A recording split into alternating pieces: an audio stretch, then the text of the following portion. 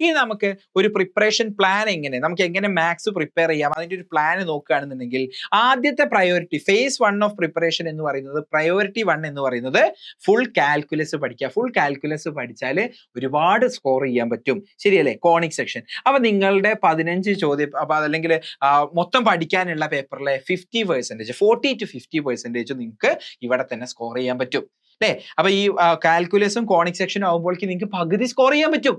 Okay, ഇനി അത് കഴിഞ്ഞതിന് ശേഷം മാത്രം phase 2 വരികയാണെങ്കിൽ complex number, matrix, determinants, vectors ഇതുപോലെയൊക്കെ കോൺസ്റ്റന്റ് ഈൽഡുള്ള ചാപ്റ്റേഴ്സിലേക്ക് നിങ്ങൾ കടക്കുക. ഓക്കെ, എന്നിട്ടും നിങ്ങൾക്ക് സമയം ബാക്കിയുണ്ടെങ്കിൽ മാത്രം, നിർബന്ധമുള്ള കാര്യമല്ല, binomial theorem, sequence and series, അതുപോലെ പ്രോബബിലിറ്റി, ഇതുപോലെയുള്ള പെർമ്യൂട്ടേഷൻ കോമ്പിനേഷൻ, പ്രോബബിലിറ്റി ഇതുപോലെയുള്ള ചാപ്റ്റേഴ്സിലേക്ക് വരിക.